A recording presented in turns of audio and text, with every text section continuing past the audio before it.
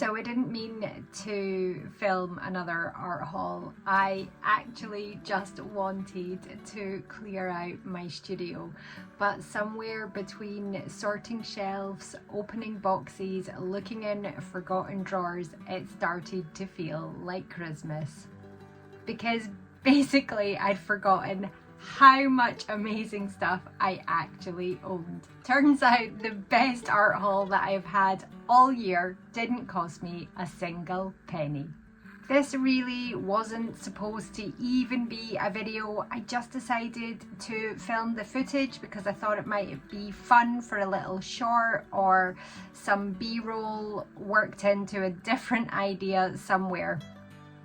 Because I had genuinely reached the point where my studio had become so cluttered that I was finding excuses not to come in here, not to work, and not to create.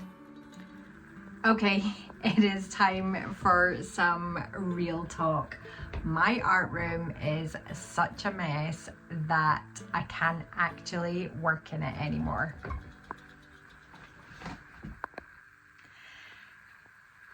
It's got to the point that there isn't a clean surface, there is stuff on the floor, and it's not only that it is untidy, it's that there are so many decisions to be made that I'm feeling so overwhelmed and I can't even start.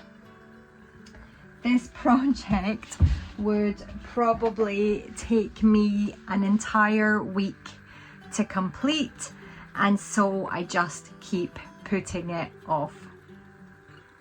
So today I am going to change my plan, and instead of thinking about this as a full art room reset, declutter, chuck out all the stuff that I don't need, I am literally going to spend as long as it takes doing an emergency clear out, clearing the floor, clearing some surfaces, putting things back where they go, getting rid of rubbish and making it usable again. And it wasn't messy because I've been lazy, it was messy because I was busy creating.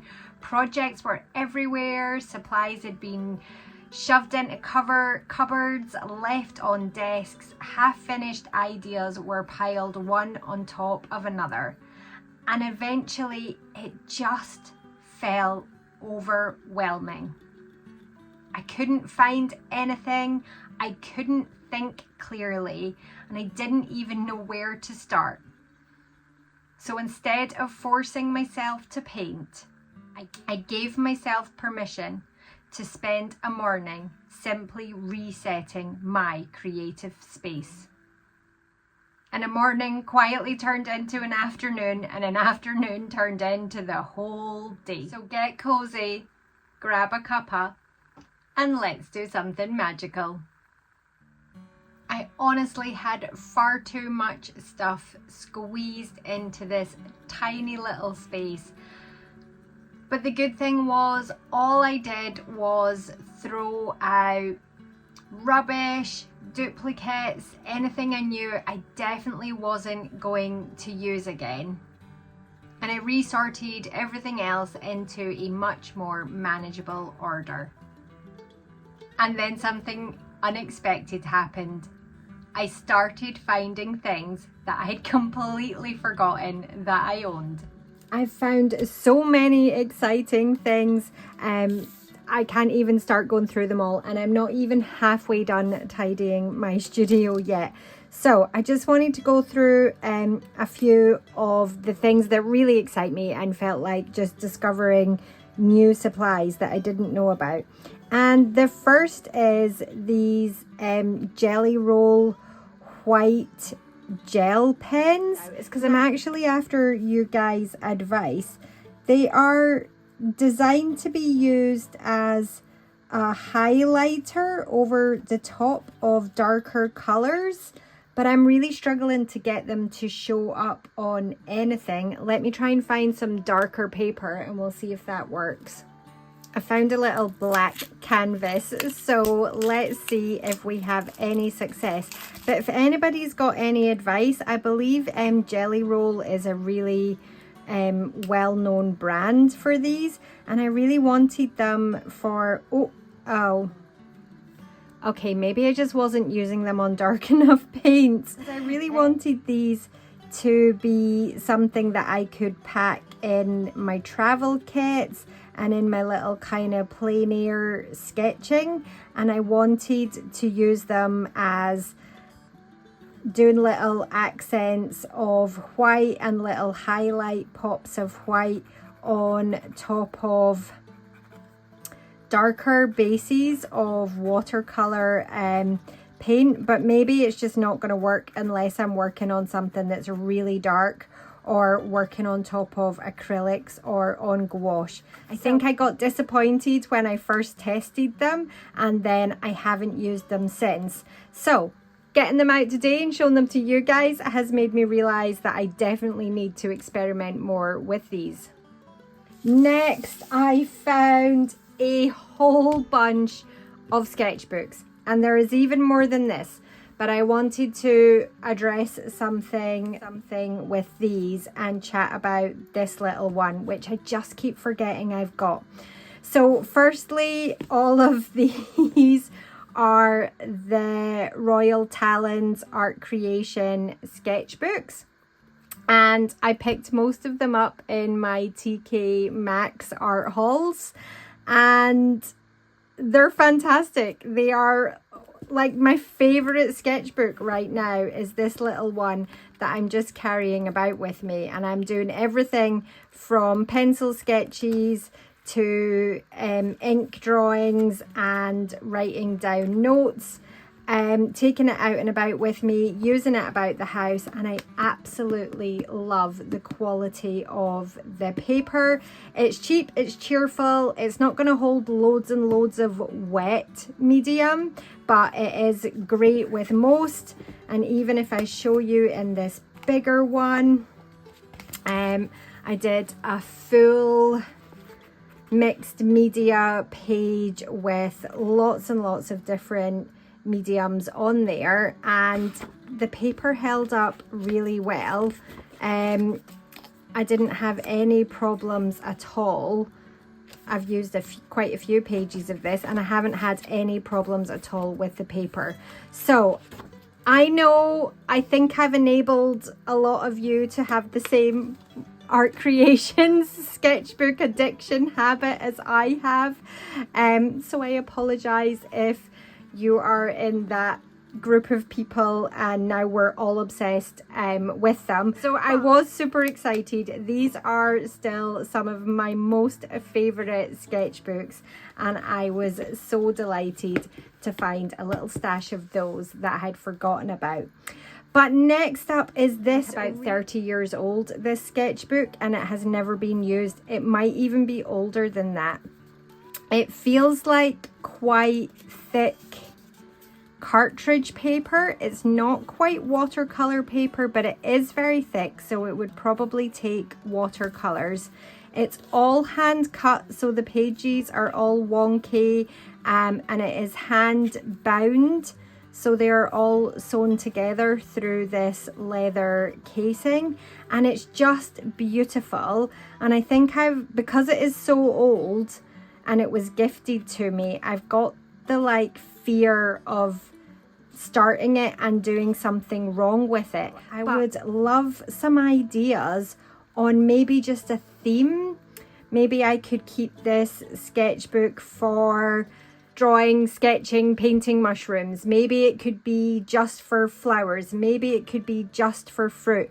Maybe I only doodle in it if I'm in a woodland, or I keep it purely for outside.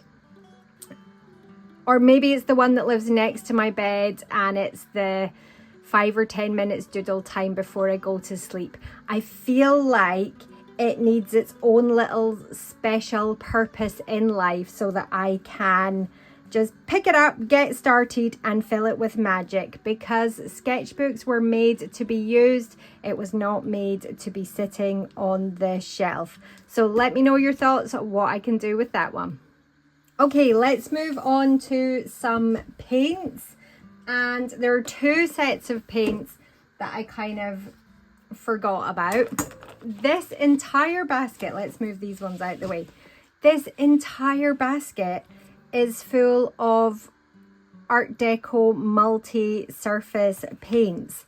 Now, past Lisa bought these because she clearly thought she was going to become a ceramic painter or a glass painter, because these are actually the multi-surface acrylics, and actually you can let them cure for a week and then they are top rack dishwasher safe, but you can also bake them in the oven, and then it makes them more resistant to coming off and chipping and things. So I have actually used these.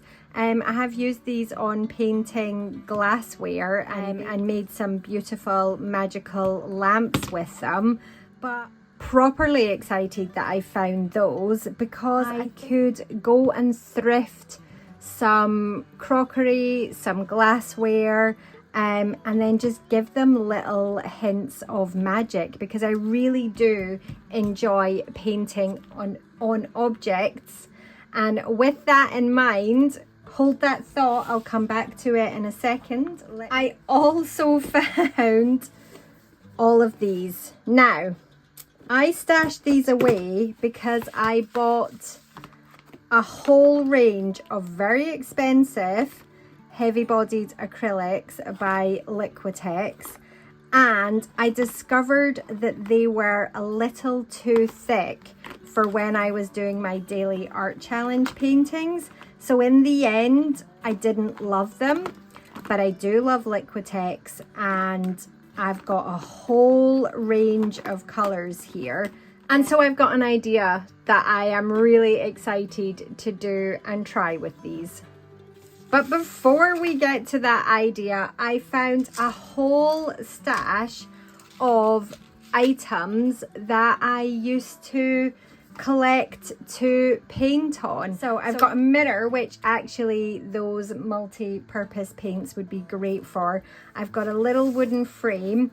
I've got a set of wooden tea light holders in different sizes, and I absolutely love painting wood, so I can picture a beautiful flower meadow going around the bottom of that. But more excitedly than all of those are these. In fact, I think there's another one inside. Oh my goodness, there is. Okay, again, thrifted items. I have in the past painted on leather purses, leather bags, leather pencil cases, and I found my entire stash, and I did not realize, I thought I had this one pencil case left. Honestly. And not only that, I also found my acetone for giving them a little clean and making the surface primed for taking acrylic paint. And I also found my protective acrylic finish for leather. This sealer here means that I can literally just use acrylic paints. You couldn't stick it in a washing machine, but it's wipe proof, it's rain proof, it's splash proof. I'm so excited. I'm gonna find something in one of my sketchbooks that I love, and I am gonna paint it on a bag. And I think I've learned something from all of this. It wasn't really the mess that was stopping me creating. It was that feeling of overwhelm. Every time I walked into my studio, there was another pile, another cupboard, another thing I couldn't find. My brain was trying to make art while quietly processing chaos. And once I'd cleared some of that away, creating suddenly felt easy again. Now, I know lots of you don't have a dedicated studio. Maybe it's just a trolley, maybe it's a drawer, a cupboard, a little basket, your tiny art space at the kitchen table. But I wonder if sometimes giving that little space a gentle reset is actually the thing that helps get us creating again. I was a bit rusty, but I absolutely love how this one turned out. I need to let it dry for a few days so that the acrylics are fully set, and then I will top it with my acrylic leather sealer. Once that is done, I think I'll pop this one on the website. I thought I was spending the day tidying, but what I actually did was remove one of the biggest barriers that was stopping me from creating. The free art haul was definitely a bonus, but the real gift was wanting to actually make art again. And judging by the sheer volume of unfinished sketchbooks that I discovered, I think that next week we should have a little look through those together. So remember, just relax, play, create, and you will make something magical.